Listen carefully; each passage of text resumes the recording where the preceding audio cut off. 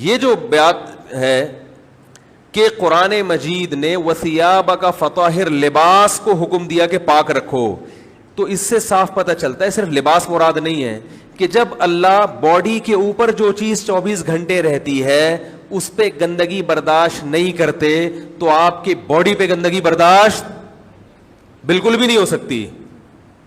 اسی آیت سے علماء نے استدلال کیا ہے کہ جسم کا پاک رہنا بھی ضروری، اور اسی سے صاف ہوتا ہے کہ جب جسم کی کھال پر گندگی برداشت نہیں ہے، جو باہر کا حصہ ہے، تو انٹیریئر پہ گندگی برداشت کیا ہو گیا؟ اندر گندگی ڈالنے کی کیسے اجازت ہوگی؟ کتے بلی کھانے کی کہاں سے اجازت ہوگی؟ کھانا گندا کھانے کی کہاں سے اجازت ہوگی؟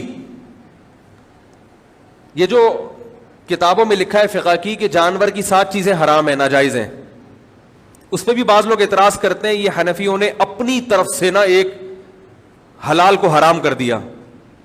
ان 7 چیزوں میں خصیتین بھی ہیں، جانور کی پیشاب گاہ بھی ہے اور رسولی بھی ہے. بھائی یہ اسی وجہ سے فقہاء نے اس کو ناجائز قرار دیا ہے کہ یحرم علیہم الخبائث. نبی کا ایک وظیفہ یہ بھی تھا کہ وہ خبیث چیزوں کو حرام کر دیں گے. تو اب ہر چیز میں انگلی پکڑ کے نہیں بتایا جائے گا یہ حلال ہے یہ حرام ہے، کچھ چیزیں تو بتائی جائیں گی، کچھ اصول اور ضابطے بتا دیے جائیں گے. جو جانور کے رسولی نکلتی ہے وہ گندا گوشت ہوتا ہے جو پھوڑے کی شکل میں آتا ہے. اس پھوڑے کو کھانے کے لیے الگ سے حدیث کی ضرورت نہیں ہے کہ پھوڑا کھانا حرام ہے جانور کا. سمجھ میں آ رہی ہے بات؟ اس کے لیے اتنا کافی ہے کہ وہ گندا گوشت ہے، وہ غلیظ ہے. اسی طرح یہ جو خصیتین ہیں یہ بھی پیدا کرتے ہیں گندگی کو. گردے جو ہیں وہ پیشاب کو فلٹر کر کے نکال دیتے ہیں، گردے پیدا نہیں کرتے گندگی، جبکہ یہ سے پیدا ہوتی ہے گندگی، الگ نہیں کیا جا سکتا گندگی کو اس سے. اسی طرح یہ جو پیشاب گاہ ہے یہ بھی کوئی ایسی چیز نہیں ہے جو انسان کھائے. یہ سلیم الطبع انسان اس سے نفرت کرتا ہے.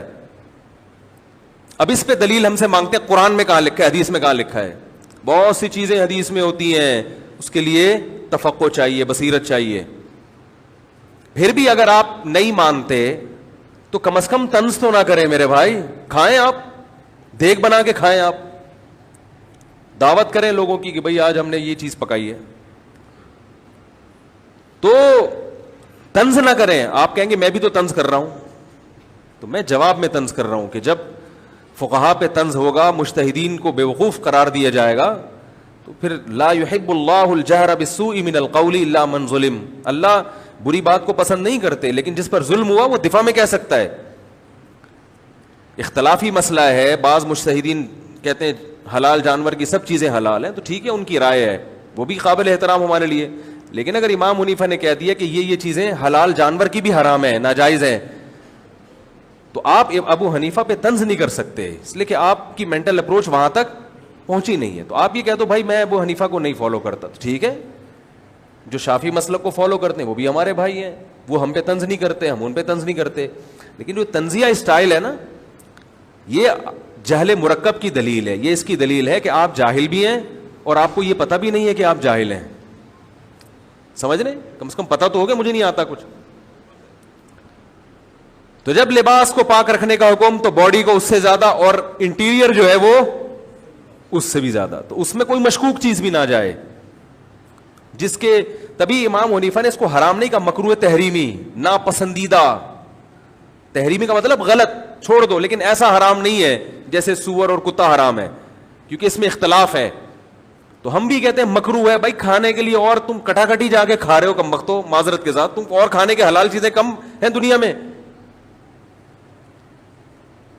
کٹاکٹ میں دونوں قسم کے آتے ہیں، وہ والا کٹاکٹ، تو کچھ اور بھی تو کھا سکتے ہو. تو یہ، اور اس پہ بہت دلائل ہیں، لیکن وہی بات ہے ٹاپک ہی چینج ہو جاتا ہے، پھر میں الگ ہی ٹریک پہ چل نکلتا ہوں.